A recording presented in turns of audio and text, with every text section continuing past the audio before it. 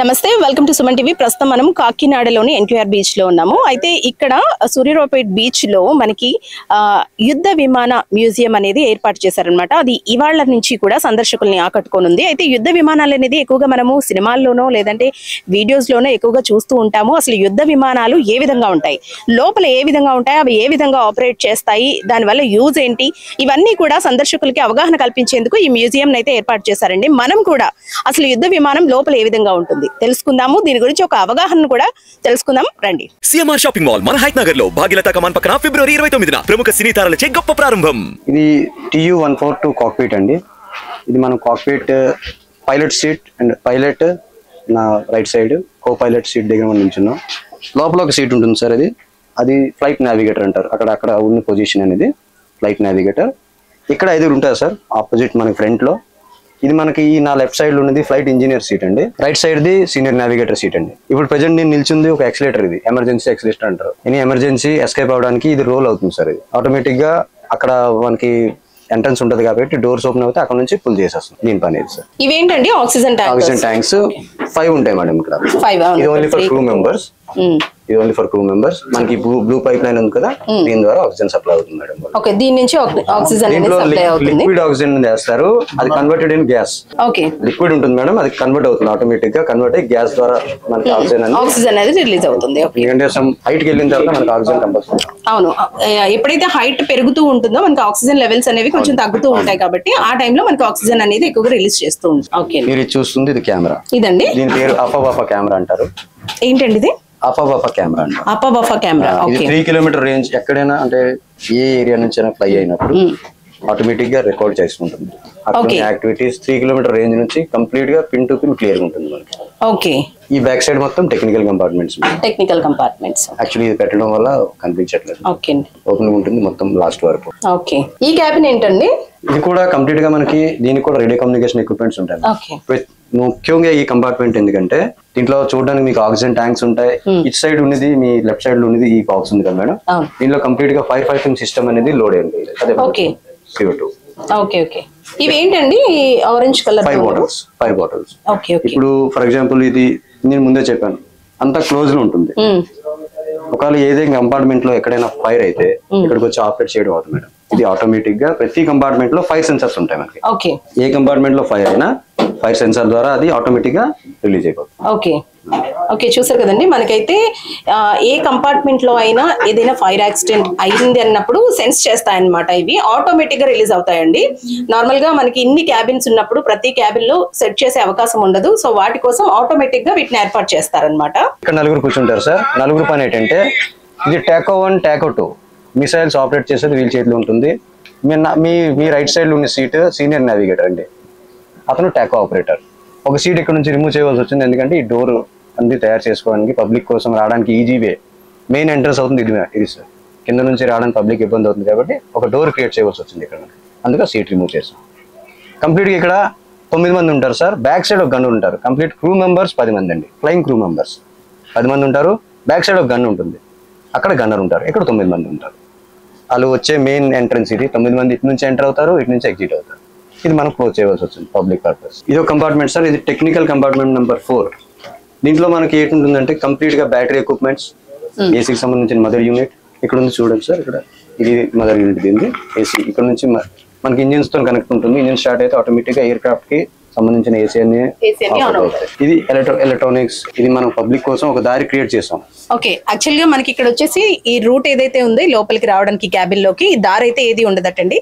Just ఇది ఏంటంటే public కోసం పెట్టారు కాబట్టి ఇక్కడ ఒక రూట్ ని కూడా ఏర్పాటు చేశారనమాట. అంటే విజిటర్స్ చూడడం కోసం. నార్మల్ గా యుద్ధ విమానాల్లో అయితే ఇలాంటి ఎంట్రీ అనేది ఉండదటండి. ఏ కంపార్ట్మెంట్ కైనా కింద నుంచే రావాల్సింది మేడం. మీరు ఇప్పుడు నిల్చున్న కింద ఒక డోర్ ఉంటుంది. ఓకే ఓకే, ఎగ్జాక్ట్ మీ కింద ఉంది డోర్ ఈ కంపార్ట్మెంట్ రావడానికి. ఓకే, ఇక్కడతో ఇది క్లోజ్ ఉంటుంది మేడం. ఇది tank number 6, fuel tank number 6. Fuel tank అండి, ఫ్యూల్ ట్యాంక్ నెంబర్ 6. మీరు చూడండి ఇక్కడ ఇది ఒక బంకర్ లాగా ఉంది కదా, యాక్చువల్ బంకర్ అనుకుంటారు కానీ ఇది ఫ్యూల్ ట్యాంక్ నెంబర్ 6. ఇది same as it is tank ఇక్కడ కూడా ఉంటుంది.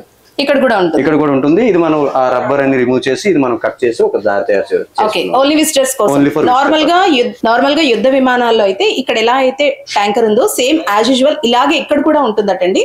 కేవలం మనం విజిటర్స్ చూడడం కోసం మాత్రమే ఇక్కడ ఒక రూట్ అనేది ఏర్పాటు చేస్తారు ఇందులో. ఓకే, అంటే థర్డ్ థర్డ్ ఇది కార్గో కంపార్ట్మెంట్ అంటారు.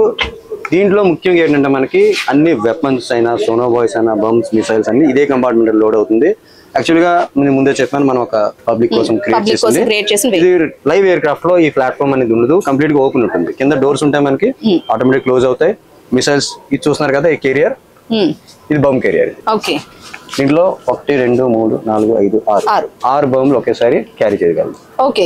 కంప్లీట్ గా చాంబర్ ఇది ఒకటి, అది మిసైల్ కెరియర్, ఇది బంప్ కెరియర్, అది మిసైల్ కెరియర్.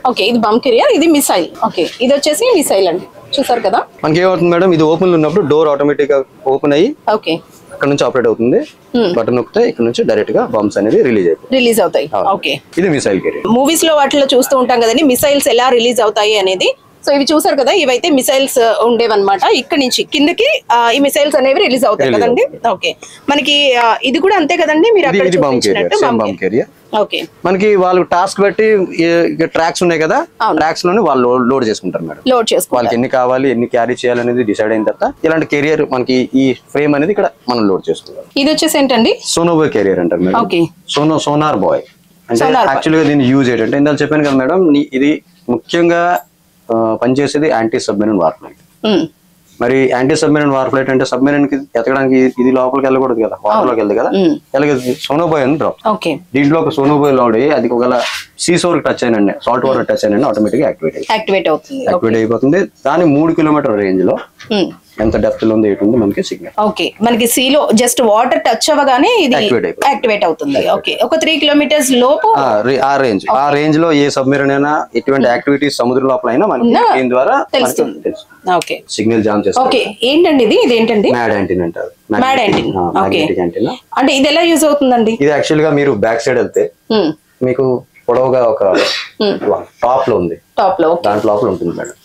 దీని యూజ్ ఏంటంటే ఒకవేళ ఫర్ ఎగ్జాంపుల్ మనం ఎక్కడైనా అంటే ఫ్లై అయినప్పుడు ఆ ఏరియాలో ఉన్న సిగ్నల్స్ జామ్ చేస్తాం కదా, సిగ్నల్ జామర్ గా యూజ్ చేస్తాం. ఇది కూడా ఒక ఫ్యూల్ ట్యాంక్ సార్. ఇది కూడా ఒక ఫ్యూల్ ట్యాంక్. ఇది కూడా సేమ్ మీరు అన్నట్టు ఈ రూట్ అనేది ట్యాంక్ నెంబర్ 5. యాక్చువల్లీ దీనికి 10 ట్యాంక్స్ ఉంటాయి. 10 ట్యాంక్స్ ఉంటాయి. 1 2 మీరు చూసారు ఆల్రెడీ. Tank 6, tank 5. అటు సైడ్ వింగ్ లో 4 ట్యాంక్స్ ఉంటాయి, ఇటు సైడ్ వింగ్ లో 4 ట్యాంక్స్ ఉంటాయి. వింగ్స్ లో ఉంటాయి. కంప్లీట్ గా దీని ఫ్యూల్ కెపాసిటీ 97 టన్. 97 టన్. ఇది ఒకసారి ఫ్లై అయితే కంప్లీట్ గా 16 అవర్స్ ఫ్లై చేయగలదు. ఇది ఒక్కసారి స్టార్ట్ అయిందంటే కంప్లీట్ గా 16 అవర్స్ ఫ్లై చేస్తుందటండి. దీనికి చూసారు కదా ట్యాంక్స్ కూడా ఏ విధంగా ఉన్నాయి. మనకి వింగ్స్ లో కూడా 4 ట్యాంక్స్ ఉంటాయి అన్నమాట. సో 16 అవర్స్ దీని ఫ్లైయింగ్ కెపాసిటీ. ఇది వరల్డ్ కే ఫాస్టెస్ట్, స్పీడెస్ట్ అంటే fastest, heaviest and largest turboprop air craft.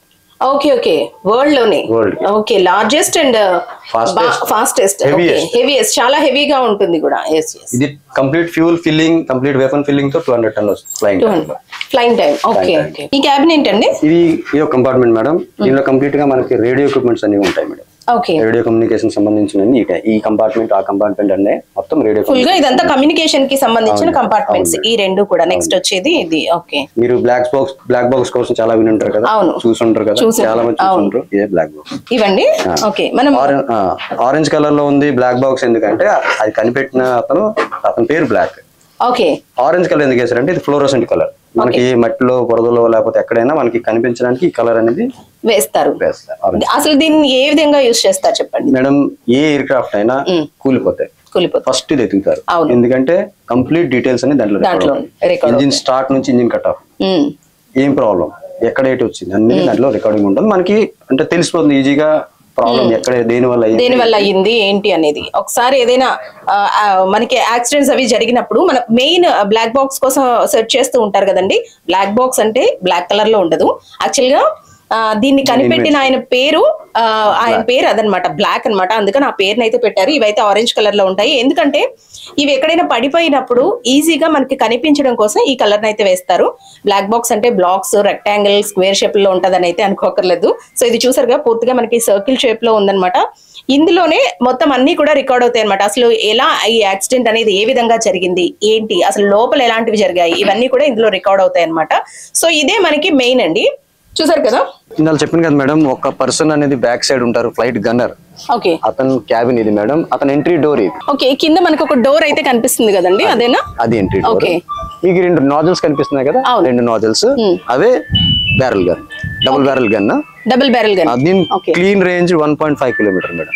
1.5 kilometre 1 minute కి 1200 బుల్లెట్స్ ఫైర్ చేస్తుంది. ఓకే, 1 మినిట్ కి 1200 బుల్లెట్స్ అయితే ఫైర్ చేస్తుందటండి. మీరు ఇక్కడ చూస్తున్నారు కదా, డబుల్ బ్యారల్ గన్ అయితే ఉంది ఇక్కడ. ఇది కెపాసిటీ ఎంత అండి అన్నారు? 1200 bullets capacity. 23 mm thickness, 9 inch bullet. Okay. ఎంత దూరంలో ఫైర్ చేస్తుందండి? 1.5 కిలోమీటర్స్. చూసారు కదా, 1.5 కిలోమీటర్స్ దూరం వరకు కూడా ఈ బుల్లెట్స్ అనేవి ఫైర్ చేస్తూ ఉంటుంది అనమాట. మీరు చూసుకోవచ్చు ఇక్కడ డబుల్ బ్యారల్ గన్ అక్కడ కనిపిస్తున్నాయి కదా మీకు. అండ్ ఇందులో ఒక పర్సన్ ఉంటారటండి, వాళ్ళకి ఎగ్జిట్ డోర్ ఇది. ఇక్కడ మనకి డోర్ ఎంట్రీ ఎగ్జిట్ బోత్ అన్నమాట. ఇక్కడ ఒక డోర్ కనిపిస్తుంది కదా. అండ్ మనకి ఇంతకు ముందు మీరు చెప్పినట్టు వింగ్స్ లో ట్యాంకర్స్ ఉంటాయి అన్నారు కదండి, అవి ఆ వింగ్స్ ఏనండి? ఓకే, ఈ వింగ్ లో 1 2 3 4 ట్యాంక్స్ ఉంటాయి. దాంట్లో అవతల పక్క same as it is 4 tanks ఉంటాయి. ఓకే, ఒక వింగ్ లో వచ్చేసి 4 ట్యాంకర్స్ ఉంటాయండి. ఇటు ఇంకా అటు సైడ్ వింగ్స్ ఉన్నాయి కదా, వాటిలో ఉంటాయి. ఓకే అండి. సో చూసారు కదా, మనకి ఈ యుద్ధ విమానం అనేది ఎన్ని కంపార్ట్మెంట్స్ ఉంటాయి, అలాగే ఏ విధంగా యూజ్ అవుతుంది, దీని ద్వారా ఎలాంటివి మనం సెర్చ్ చేయొచ్చు, అలాగే కెమెరా కెపాసిటీ ఏంటి, ఆ తర్వాత వాటర్ లోకి జస్ట్ వాటర్ టచ్ అవగానే ఏ విధంగా మనకి 3 కిలోమీటర్స్ కెపాసిటీతో 3 కిలోమీటర్స్ సరౌండింగ్స్ లో ఏమవుతుంది అనేది కూడా, ఇలాంటివన్నీ కూడా ఈజీగా తెలుసుకోవచ్చు అనమాట. అయితే చాలా మందికి యుద్ధ విమానం అంటే సినిమాల్లోనో మరే వీడియోస్ లోనో చూస్తూ ఉంటారు, కానీ అలాంటి వాళ్ళకి ఒక అవగాహన కల్పించేందుకు మెయిన్ గా మనకి కాకినాడలో ఈ యుద్ధ విమాన మ్యూజియం అయితే ఏర్పాటు చేశారండి. ఈ రోజు నుంచి కూడా సందర్శకుల్ని ఈ యుద్ధ విమానం చూసేందుకు అలౌ చేస్తారు. కెమెరా పర్సన్ అజయ్తో అనుశ్రీ, సుమన్ టీవీ, కాకినాడ.